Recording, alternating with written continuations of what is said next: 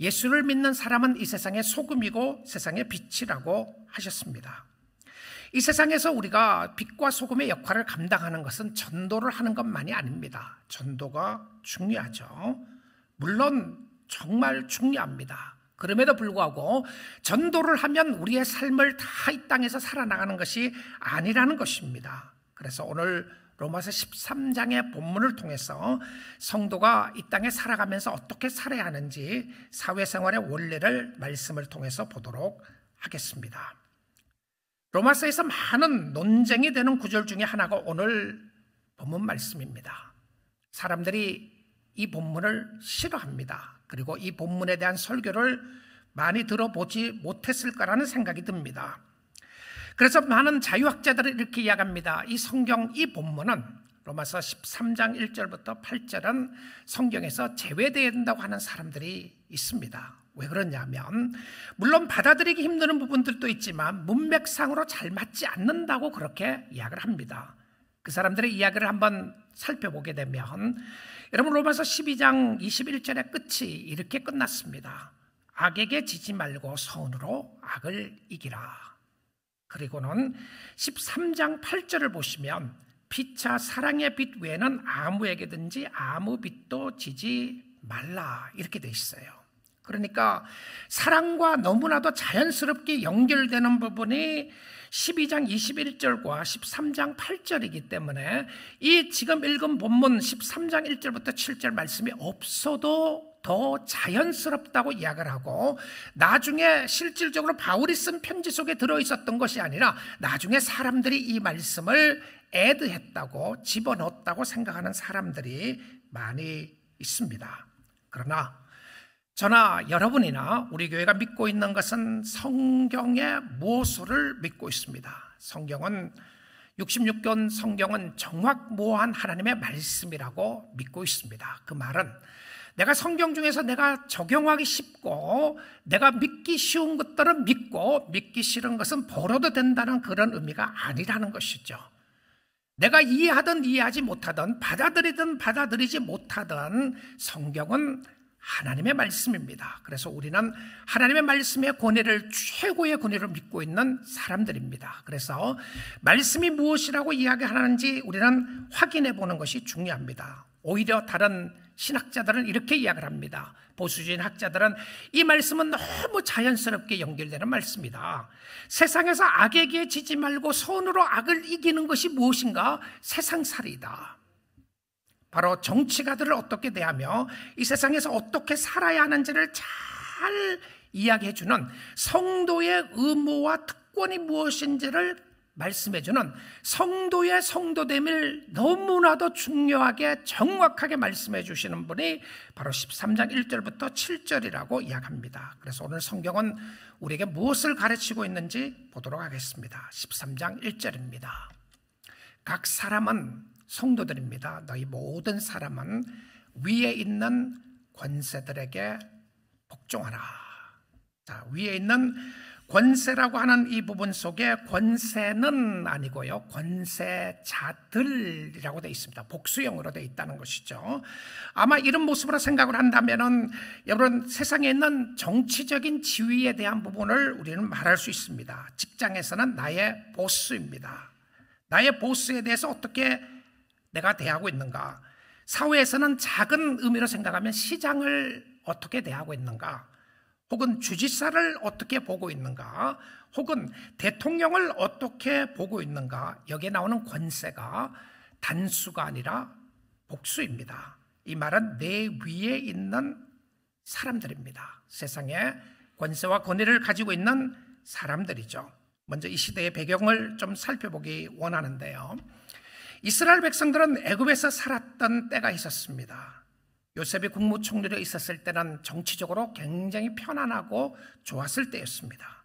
그런데 요셉이 죽은 이후에 그 시대를 잊은 애굽의 바로 왕은 이스라엘 백성들을 핍박하기 시작합니다. 악한 바로였습니다. 그들이 정치적인 힘을 길러서 애굽을 대항하여 싸운 것이 아니었습니다. 오히려 애굽이 그들의 강함을 보고 핍박하기 시작합니다. 그 악한 정치권 밑에서 유대인들은 핍박을 받았습니다. 그리고 나중에는 아들을 낳으면 다 죽이라고 하는 명령을 듣게 되었어요. 그때는 정치에 굴복하지 않았습니다. 말씀과 직접적인 대항의 모습이 있을 때는 그들은 하나님의 말씀을 따르는 것을 세상 정치보다 더 중요하게 생각을 했고요. 핍박을 감수하고 위협을 감수하고 신앙을 지켰던 사람들이 믿음의 선조들이었습니다. 그런데 성경이 이야기하고 있는 것은 그 악한 바로 왕, 바로를 하나님이 세웠다고 성경은 이야기를 합니다. 완악한 바로의 마음을 하나님이 사용하셨습니다. 하나님의 주권적인 섭리 속에서 말입니다. 세상에 좋은 것은 다 하나님이 다스리고 나쁜 것은 사단이 다스리는 것이 아닙니다. 악의 통제도 하나님이 하십니다. 우주 만물 모든 것의 주권자가 우리의 하나님이시고 공중권세 잡은 자가 사단이지만 그 사단을 다스리고 있는 분이 우리 하나님이십니다. 이해할 수 없는 부분들이 많이 있죠. 하나님이 다스리면 왜 이런 일들이 일어나는지 물어보게 되는 것입니다. 우리는 이 말씀을 생각해 보면서 이 로마서 이 13장 로마서 편지를 첫 번째 받았던 로마 시대를 살았던 흩어져 있었던 그리스도인들을 생각하지 않을 수 없습니다. 유대인들이 많았습니다. 그러나 이방 사람들 중에도 그리스도의 복음을 듣고 주께로 돌아오는 사람들이 많이 있었어요. 그리고 로마에 사는 그리스도인들에게 이 편지를 쓰게 됩니다.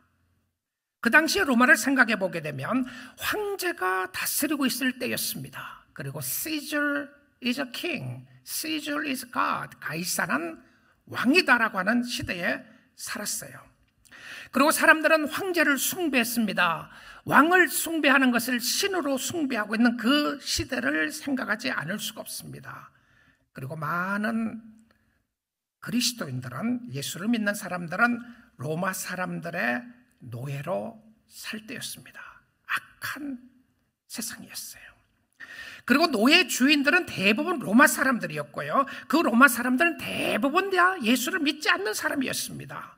예수를 믿는 사람을 잡아 죽이는 그런 때에 살게 됐는데, 아직은 네로 황제가 통치를 하는 때는 아니었지만, 그러나 여전히 도미시안 황제나 여러 황제들은 기독교를 핍박하는 그런 때였습니다. 그때의 성도들에게 이야기를 합니다. 위에 있는 권세자들에게 복종하라. 이게 받아들일 수 있는 메시지였나 생각을 해보게 됩니다. 근데 왜 성도들에게 이렇게 하라고 이야기를 하고 있습니까? 로마서 1절을 다시 한번 보도록 하겠습니다. 권세는 권위죠. 파워입니다. 파워. 권세는 하나님으로부터 나지 않음이 없나니 모든 권세는 다 하나님께서 정하신 바라. 하나님이 모든 권세를 주관하고 있고 정해놨다고 이야기를 합니다. 여러분의 직장의 보스부터 시작했어요. 여러분 위에 있는 사람들, 가정의 권위를 있는 사람들, 사회가 권위 있는 사람들을 다 하나님이 정했다고 하면서 강력한 하나님의 주권을 이야기합니다. 우리는 알고 있습니다. 역사를 통해서 세상은 얼마나 악한 독재자들이 나타남으로 말미암아 세상이 악했는지를 압니다. 히틀러가 그랬습니다. 사담 후세인이 그랬습니다. 북한의 산부자가 그렇습니다. 애굽의 바로 왕이 그랬습니다. 바벨론의 느부갓네살 왕이 그랬습니다. 로마 시대의 황제들이 그랬습니다. 우리 주위에 여전히 이런 모습들을 보게 됩니다. 그런데 성도들에게 오히려 경고하십니다. 성도들에게 무엇을 경고하고 있습니까? 2절입니다. 2절에서 이렇게 말씀하고 있음을 보게 되는데, 그러므로 권세를 거스르는 자는 하나님의 명을 거스름이니 거스르는 자들은 심판을 자취하리라. 이 권세를 잡은 자들이 악한 사람들이 많은데 권세를 거스르지 말려고 합니다. 권세를 인정하고 복종하라는 말을 하고 있음을 보게 됩니다. 저는 이 말씀을 묵상하고 읽다가 예수님이 십자가에 못 박혀 돌아가시기 전에 사건이 생각이 났습니다. 예수님이 십자가에 못 박혀 돌아가실 때 그 당시에 권세를 가지고 있는 사람이 누구였냐면 바로 빌라도라고 하는 총독이었습니다. 총독 빌라도가 그가 파워를 가지고 있었고 그의 파워 밑에 굴복당하는 것처럼 보였던 것이 예수님이었습니다. 그런데 예수님은 빌라도를 쉽게 없앨 수 있었습니다.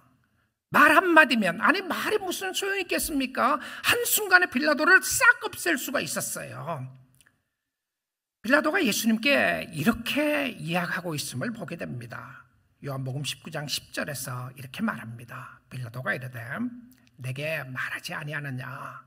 내가 너를 놓을 권한도 있고 십자가에 못 박을 권한도 있는 줄 알지 못하느냐? I have a power to release you. 파워를 가진 사람의 힘입니다. 칼이에요. I have a power to crucify you. 십자가에 못 박을 권한도 있고 I have a power to release you. 실질적인 정치적인 파워죠. 그 당시에 판결문을 가지고 있었던 사람이 정치권에 있었던 빌라도 총독이었습니다. 그런데 예수님이 이렇게 말씀하셨어요. 11절입니다. 예수께서 대답하시되 위에서 주지 아니하셨더라면 나를 해할 권한이 없었으리니. 놀라운 예수님의 모습입니다. 빌라도는 악한 사람이었습니다. 그럼에도 불구하고 빌라도가 악한 사람이 세상의 파워를 가지고 있어요. 근데 빌라도가 가지고 있는 그 파워도 위에서 하나님이 주지 않았더라면 나를 해할 권세가 없었으리라고 이야기합니다. 그러므로 나를 너에게 넘겨준 자의 죄는 더 크다 하시니라. 넘겨준 자의 죄뿐만 아니라 빌라도도 책임이 하나님 앞에 주어지게 됐습니다. 그런데 예수님이 뭐라고 이야기를 하셨나요? 너는 말도 안 되는 소리 하지 마라. 내가 완전히 너를 한순간에 없애버리겠다 그러지 않고 어떤 면에서는 썸밋하는 모습을 예수님이 보여주셨습니다. 악에 썸밋하는 것이 아니라 권세자에 대한 썸미션이었습니다. 초대교회는 핍박을 당했던 것이 도덕적인 이유 때문에 핍박당하지 않았다는 것 아시나요? 그들은 예수 때문에 핍박을 당했습니다. 놀랍게도요. 성경이 우리에게 가르쳐주고 있는 것은 십자가의 삶입니다. 이 십자가의 삶은 죽기까지 주님을 따르고 죽기까지 복종하는, 죽기까지 하나님 앞에 복종했던 모습을 여전히 세상에도 적용하기를 원하고 있는 것을 보게 됩니다. 성도들이요, 힘을 길러서 세상을 대항하고 이렇게 악하고 추한 세상이니까 너희들의 힘을 가지고 세상을 정복하라가 아니었던 것이었습니다. 오히려 썸미션을 가르쳤습니다. 이 말씀이 말이 되지 않다는 생각이 들지 않으시나요? 어떻게 로마 시대의 초대교회 성도들에게 이런 오히려 약해 보이고 약하기 때문에 당한다고 하는 생각 속에 있었던 사람들에게 오히려 썸밋하고 굴복하는 모습처럼 보일 수가 있었습니다. 그런데 성경은요, 오히려 썸미션이 굉장히 파워풀한 힘 있는 정복이라는 것을 보여주었어요. 만약에 로마에 살아가고 있었던 성도들에게 힘을 기름으로 말미암아 로마를 정복했더라면 아마 그리스도인들이 복음을 그렇게 전할 수가 없었을 것입니다. 놀랍게도 몇 세기 만에 콘스탄틴 황제가 로마를 국교로, 기독교를 국교로 인정하는 역사가 역사 속에 일어나게 됩니다. 어떤 학자들은 이렇게 이야기를 합니다. 콘스탄틴 황제는 자기 표를 위해서 그렇게 했다고 이야기하는 사람이 있습니다. 어쨌든 정치적으로 이용을 했던, 어떤 의미로 했던 간에 기독교의 힘은 엄청났습니다. 그런데 그 사람들의 힘이 어디서 길러졌나요? 권위에 복종하는 삶 가운데 길러졌다는 것이 성경의 가르침이었습니다. 오늘날 우리가 이 말씀을 이 땅에 사는 동안 적용을 한다면 정말 지금처럼 교회가 욕먹을까, 성도가 욕먹을까 생각을 해보게 됩니다. 여러분의 성향이 세상에 어떤 모습에 있다고 할지라도 정말 지금처럼 나눠져 있는 세상에 우리가 권위에 대한 복종을 하는 성도들이 일어나기 시작한다면 세상이 어떨까, 어떻게 바뀌어질까 생각을 해보게 됩니다. 그런데 악한 권세자들이라고 할지라도 우리는 이렇게 하라고 성경이 계속해서 말하고 있습니다. 3절 보겠습니다. 다스리는 자들은 그 권세자들입니다. 권위를 가진 자들은 선한 일에 대하여 두려움이 되지 않고 악한 일에 대하여 되나니. 이 말은 무슨 말이냐면요, 선을 행할 때는 상관없어요.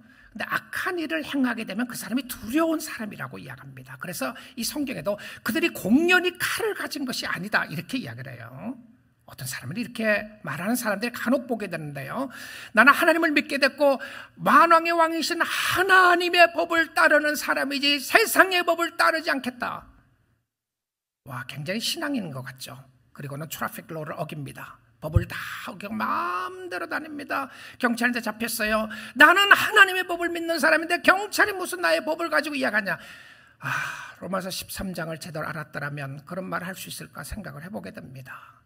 그렇죠?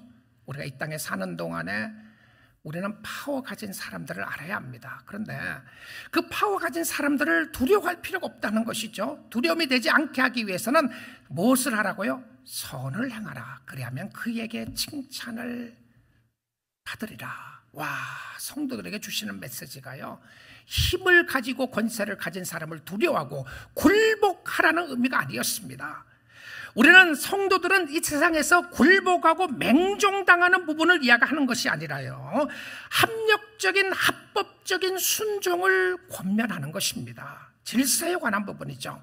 도덕적으로 성경적으로 왜곡된 상황에서 복종을 이야기하는 것이 아니라, 맹종을 이야기하는 것이 아니라 합리적인 방법 속에서 이 땅을 살아나가는 우리의 시민으로서 우리의 할 일이 있다는 것을 이야기를 합니다. 힘을 가진 사람들이 무서운 사람들입니다. 우리는 그 사람을 두려워해서 사는 것이 아니라 그 사람들에게 오히려 칭찬받고 사는 것이 무엇인지를 이야기하라는 것이죠. 권위를 인정하고 존중할 줄 알아야 합니다. 그 사람 때문에가 아니라 그 사람이 가지고 있는 신분 때문에 그렇습니다. 다른 이야기하면 직분 때문에 그런 것이죠. 위치 때문에 그렇습니다. 교회도 권위가 무너지기 시작했습니다. 가정에도 권위가 무너지기 시작했어요. 권위는 무슨 권위냐? 다 똑같지, 내 마음대로 하면 되는 것이지 라고 생각하고 있는 이 시대에 우리가 살고 있습니다. 더 놀라운 사실은 사도 바울이 이렇게 표현을 하고 있음을 보게 됩니다. 4절 말씀 보도록 하겠습니다. 그는 하나님의 사역자가 되어 네게 선을 베푸는 자니라. 여러분, 세상이 다 악하지 않아요. 세상이 정치가들 속에서도 하나님을 두려워하는 사람이 있다는 것이 감사하고요, 그렇지 않음에도 불구하고 하나님이 다스리고 있다는 것이 얼마나 감사한지요. 근데 뭐라고 이야기하고 있습니까? 그는 하나님의 사역자가 돼요. 그가 누구입니까? 정치가들입니다. 정치가들을 가리켜서 성경은 뭐라고 이야기를 하고 있냐면, 이 사람들이 예수 안 믿는 사람들이 많이 있어요. 그럼에도 불구하고 그가 하나님의 사역자라고 이렇게 이야기를 해요. 여기에 사역자라고 하는 단어가 헬라어의 디아코노스라고 하는 단어에 놀라지 않을 수가 없습니다. 디아코노스라고 하는 단어는 누구에게 쓰여졌느냐 하면 집사에게 쓰여졌던 명칭이었습니다. 집사가 누구였죠? 디켄스, 디아코노스, 섬기는 자, 종들이다라고 하는 표현 속에 사용됐습니다. 그런데 바울은 주저함 없이 거룩한 단어라고 생각했던 디아코노스를 세상의 정치가들에 대해서 디아코노스라는 단어를 썼다는 게 놀랍습니다. 이들이 인정하든 인정하지 않든 하나님으로부터 위임받았고 위에 위임을 한 사람이 있다는 것을 성경은 지적하는 겁니다. 권위를 위임한 사람이 자기가 정치적인 힘을 길러서 잘돼서 잘된 것이 아니라 그것을 인정하고 그것을 다스리고 있는 것이 하나님이라는 것을 이야기해주고 있음을 보게 됩니다. 그래서 악한 사람들이 벌을 받게 법이 있는 것이 참 감사한 겁니다. 법이 무너지면 어렵게 되는 것이죠. 법이 무너지고 법이 제대로 행해지지 않는 세상에 살고 있는 우리들에게는 오히려 법이 잘 진행될 수 있도록 우리가 도와야 되고 협력해야 될 부분들이 있습니다. 선한 일과 악한 일을 처벌하는 세상의 하나님의 에이전트라고 하는 것입니다. 하나님의 에이전트다. 누가요? 교회가 아닙니다. 교회가 세상의 하나님의 에이전트가 아니고요. 여기 나오는 말씀으로 보게 되면 세상에 있는 세상 사람들이 그 사람들도 하나님의 에이전트라고 이야기를 합니다. 그래서 성도들도 세상 법을 지키지 않으면 그 법에 의하여 처벌을 받는 것이 당연한 겁니다. 내가 하나님의 사람이기 때문에 교통법규는 어겨도 되고 폭행을 해도 상관이 없고 도둑질을 해도 상관이 없고 그럴 수가 없다는 것을 보여주고 있습니다. 하나님의 세우심에 따라 그들의 행위에 따라 하나님이 심판하실 것을 말해주고 있죠. 그들을 세우신 분이 하나님이시기 때문에 그렇습니다. 우리는 하나님의 말씀에 따를 의무가 있습니다. 여러분 생각해 보십시오. 세상의 권세를 가진 사람도 하나님의 사자라면 예수 믿는 사람들은 세상에 얼마나 귀한 하나님의 사자이겠습니까? 여러분 세상에 힘이 있는 사람입니까? 하나님 앞에 바로 섬기시고 잘 사세요. 우리는 예수를 두려워하고 하나님을 두려워하는 위정자들과 정치인들이 있으면 참 좋겠습니다. 그럼에도 불구하고 그렇게 예수를 믿는다고 했던 사람들이 정말 무너지는 모습을 우리는 본 것이 한두 번이 아닙니다. 그럼에도 불구하고 성경은 우리에게 그들이 하나님이 세웠고 하나님이 주관하고 하나님이 다스리고 있다고 이야기합니다. 우리는 세상의 에이전트들입니다. 하나님이 이 땅에 보내신 예수 믿는 사람들로서 세상의 의무가 있다는 것이죠. 세상의 의무는 바로 빛과 소금의 역할을 감당하는 것인데 그 중에 하나가 권위를 회복하는 겁니다. 권위를 세우는 것이죠. 세상에 사는 성도들에게 또 다른 의무가 있습니다. 그 다른 의무가 무엇이었냐면 세금을 바칠 의무가 있습니다. 납세의 의무가 있다는 것이죠. 13장 6절에서 7절 말씀 보겠습니다. 너희가 조세를 바치는 것도 이로 말미암음이니라. 그들이 하나님의 일꾼이 되어. 자, 여기 또 하나님의 일꾼이 나오는데 그들이 누구입니까?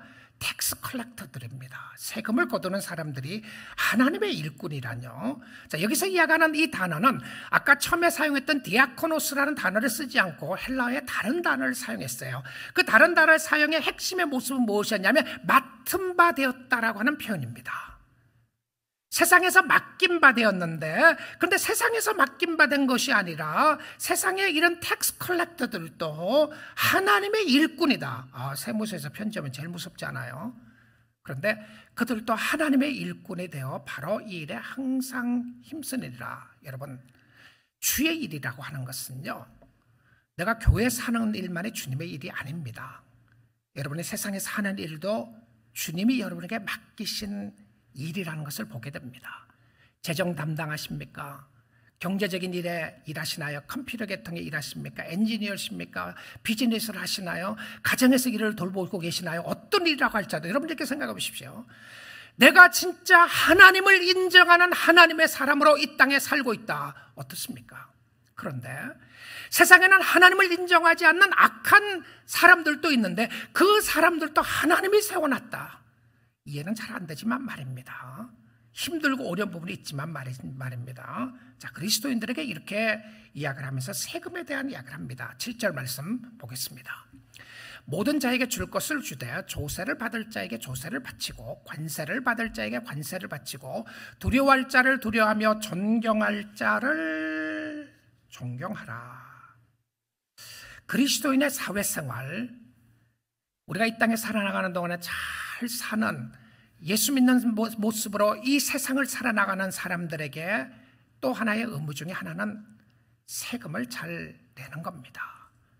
우리 잘 새기고 말씀 따라 살면 좋겠습니다. 예수님 당시에 이 부분에 대해서 사람들이 예수님께 물었습니다. 로마 정부에 세금을 내야 하느냐고 말입니다. 그때 예수님이 뭐라고 말씀하셨나요? 예수님의 대답은 가이사의 것은 가이사에게, 하나님의 것은 하나님께 바치라. 이 말이 무슨 의미인지냐면 다 하나님의 것이죠. 그런데 세상에 살아나가는 성도들의 의무가 있습니다. 성도의 의무는 교회 와서 헌금 생활만 잘하면 되는 것이 아니라 성도의 의무 중에 하나는 세상에 세금을 잘 내는 것이었습니다.